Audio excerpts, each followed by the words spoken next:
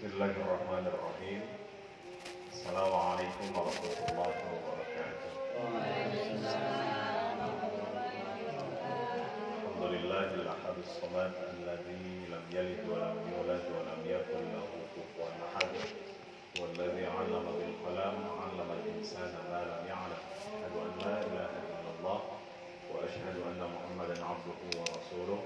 Allahumma shalli wa sallim ala sayyidina wa maulana Muhammadin wa ala alihi wa ashabihi wa ahli baitihi wa qarabatihi wa man da'a bi da'watihi wa istanna bi sunnatihi ila yaumil liqa'i rabbih amma ba'd. Sahadatuna al-'azza yang saya hormati, keluarga besar daripada Majelis Ta'lim Al-Dzakir, di mana dipimpin oleh guru kita Fadilatul Mukarram Ustaz Andri. Beliau guru saya di Gontor. Jadi kalau dibilang beliau sahabatnya, beliau bohong. Jadi beliau yang guru saya. Fadilatul Mukarram Bapak Haji Rama, salam kenal dan salam hormat dan takzim saya beserta keluarga besar Majelis Ta'lim Al-Dzakir yang mohon maaf saya tidak sebutkan namanya satu persatu. Namun iringan doa saya teruntuk ibu-ibu yang hadir pada kesempatan malam hari ini, mudah-mudahan Allah jadikan mereka semuanya laksana istri yang soleha, istri yang pandai berbenah, yang jika dipandang wajahnya itu selalu ramah, senyumnya tetap berkah, membuat suami selalu bahagia, walaupun sedang gundah, resah dan gelisah, suami tetap betah di rumah karena kemana-mana selalu terpancar senyum indahnya si Allah. Amin. Kita doakan juga mudah-mudahan bapak-bapak yang hadir pada kesempatan kali ini, insya Allah Allah menjadikan mereka suami yang memiliki hati yang ikhlas, yang cinta kepada anak dan istrinya, cintanya tidak sekilas. Ya, karena banyak model-model suami sekarang itu cintanya cepat sobek bagi kertas, kadang suka mampir kayak mobil panas. Tapi insya Allah bapak-bapak yang hadir di kesempatan malam hari ini merupakan suami yang kalau ngasih THR tidak sebatas pas tapi melampaui batas. Amin.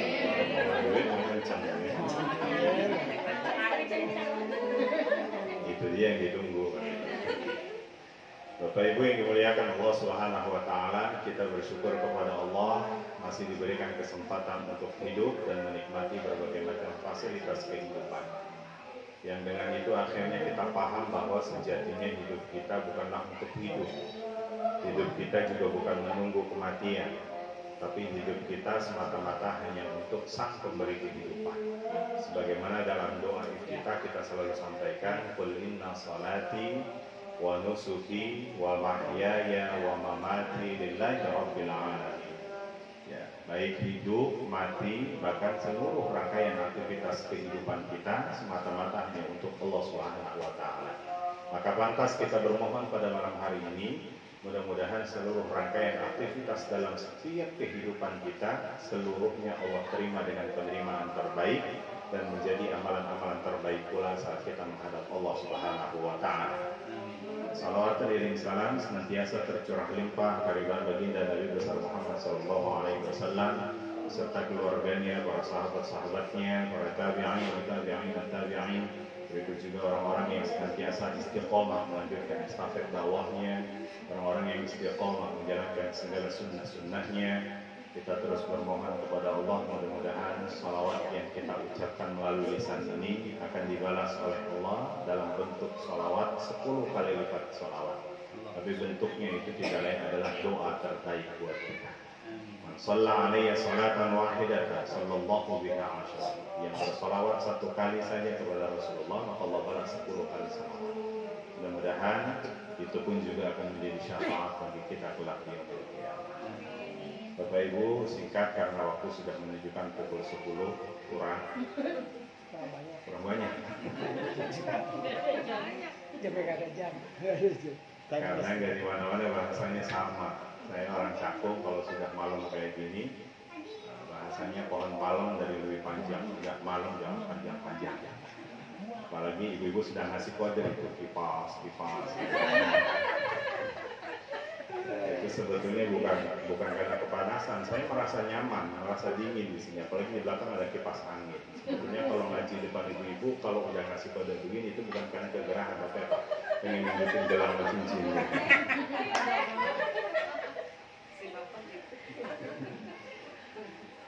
Bapak Ibu yang dirahmati Allah Subhanahu wa taala, suatu saat Rasulullah Shallallahu alaihi wasallam itu pernah meminta kepada para sahabatnya untuk turun mimbar.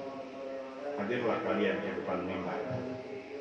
Falamma martaqa darajatul ula, tatkala beliau naik pada anak tangga pertama, beliau berhenti sejenak. Nanti kita akan dapatkan redaksi hadis ini dalam riwayat Imam Tabrani atau dalam musnadnya Imam Ahmad bin Hanbal yang sumbernya langsung sama dari sahabat Rasulullah Ka'ab bin Ujrah. Beliau berhenti sejenak, kemudian beliau mengangkat kedua tangannya, memadda yadayhi ila sama. Madda yamuddu itu maknanya diangkat, ila sama itu agak sedikit tinggi, tapi disandingkan antara tangan kanan dengan tangan kiri seperti ini. Kadang dalam redaksi hadis yang lain kita temukan Nabi juga berdoa fa'afa yadayhi sambil diangkat ke tangannya. Kadang sampai kelihatan ketiaknya. Itu nanti kita akan dapatkan riwayat beliau dalam hadis riwayat Al-Bukhari. Imam Bukhari juga pernah meriwayatkan terkait hadis Rasulullah kalau berdoa ada yang kadang diangkat, kadang ada yang disandingkan. Yang disandingkan seperti ini riwayatnya adalah dalam musnadnya Imam Ahmad bin Hanbal. Berapa banyak di antara kita menginginkan doa lebih cepat dikabul sama Allah, tapi begitu malasnya hanya sebatas disandarkan di atas paha. Padahal dalam hadis riwayat Muslim di situ ditekankan syarat agar doa itu lebih cepat dikabul oleh Allah itu yang disandingkan antara tangan kanan dengan tangan kiri. Apalagi dalam redaksi hadis itu ada 3 maknanya. Rajulun yutilus safar. Orang yang dalam melakukan perjalanan safar itu potensi doanya lebih cepat dikabul oleh Allah. Makanya tadi Pak Haji Rahman dalam keadaan safar Bandung ke sini sepanjang perjalanan itu potensi doanya cepat dikabul semua Allah.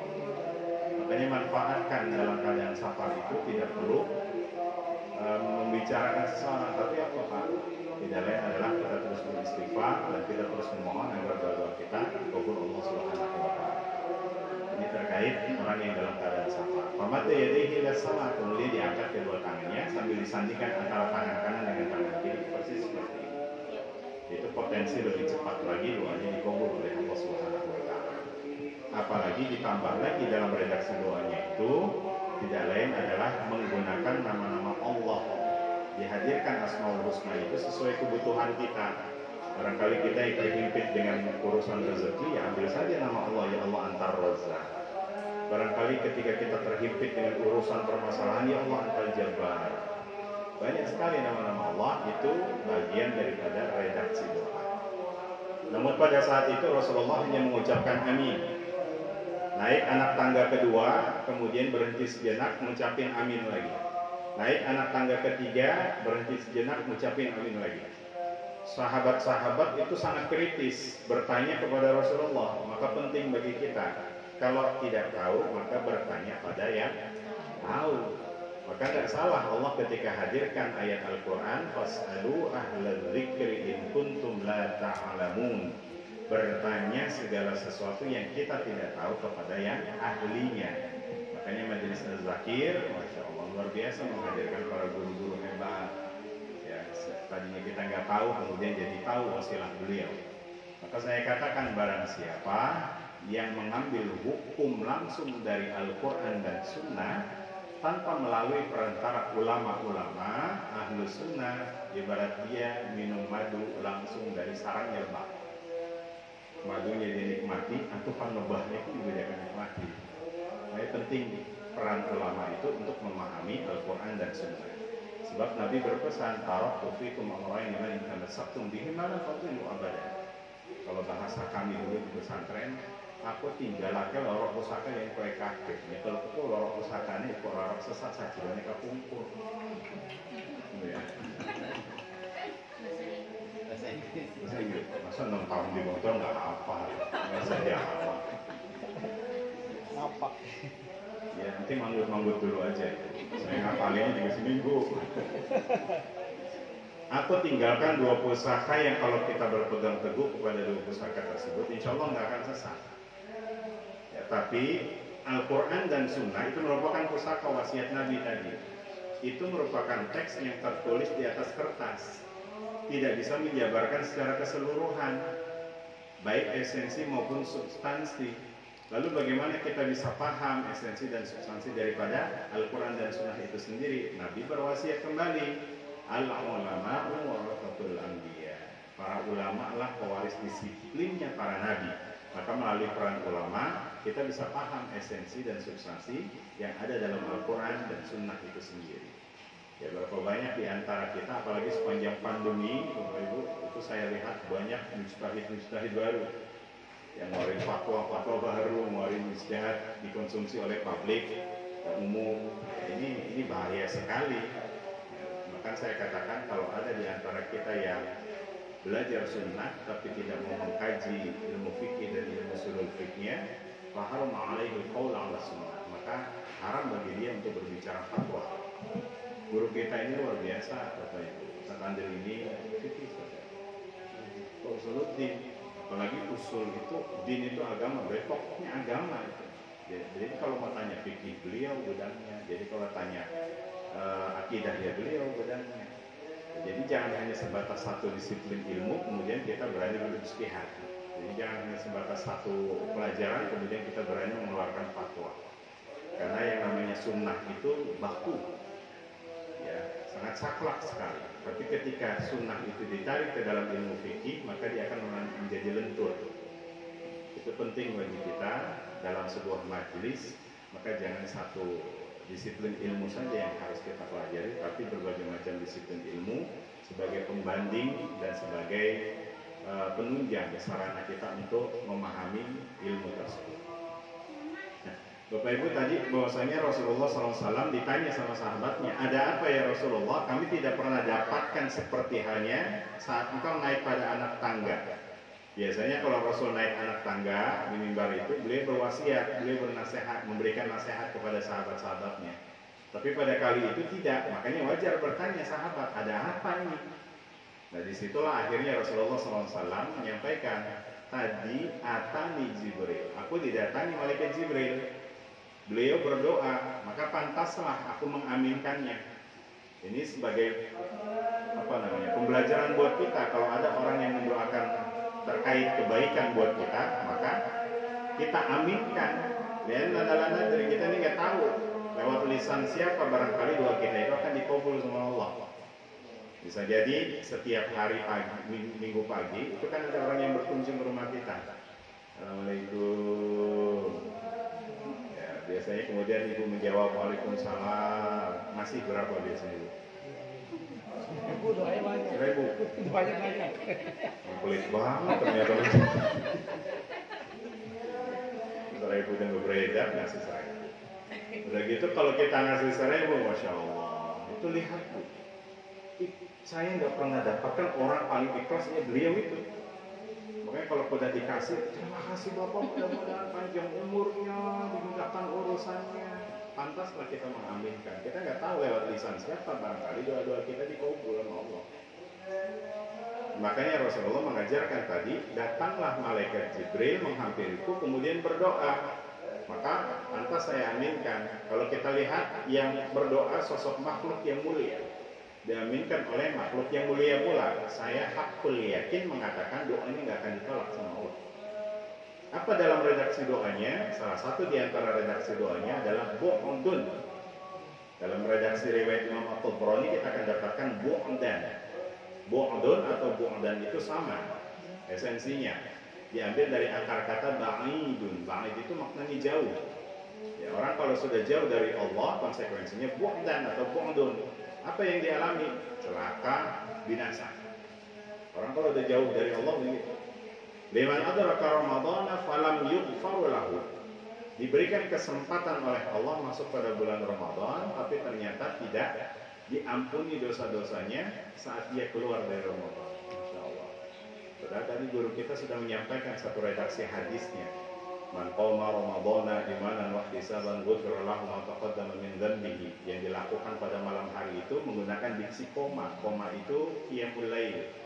Masih umum sifatnya.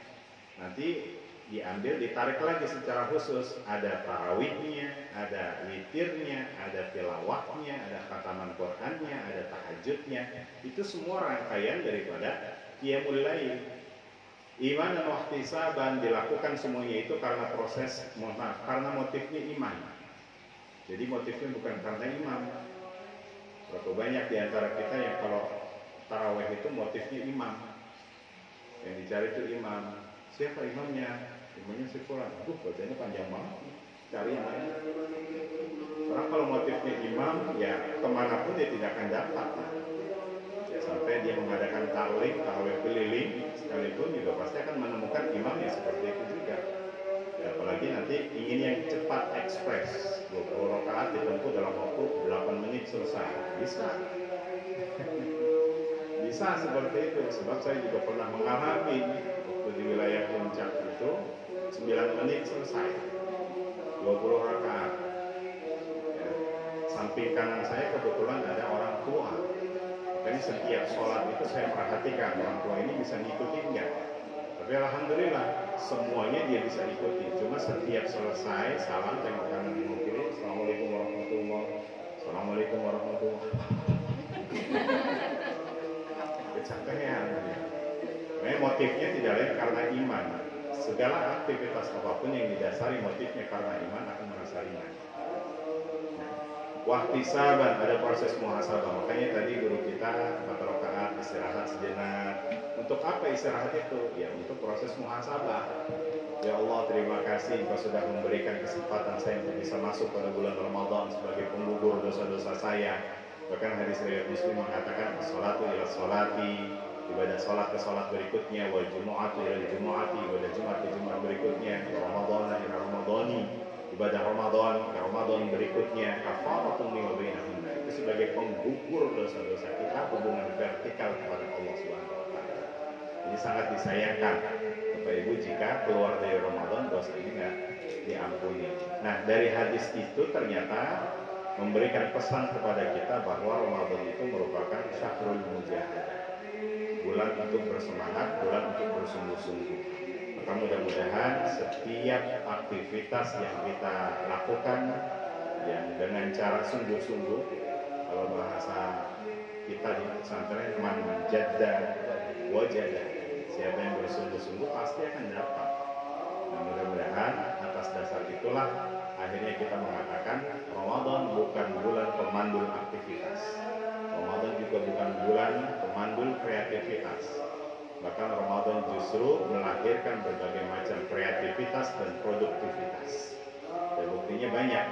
Sejarah emas sudah menukir tintanya. Salah satu di antaranya perang Badar yang dilakukan oleh Rasulullah SAW. Jumlahnya sedikit bahkan tidak sebanding oleh lawannya. Qadarullah karena asbab puasa di bulan Ramadan, Allah berikan kekuatan lebih di mereka. Spanyol ditaklukkan di bulan Ramadan.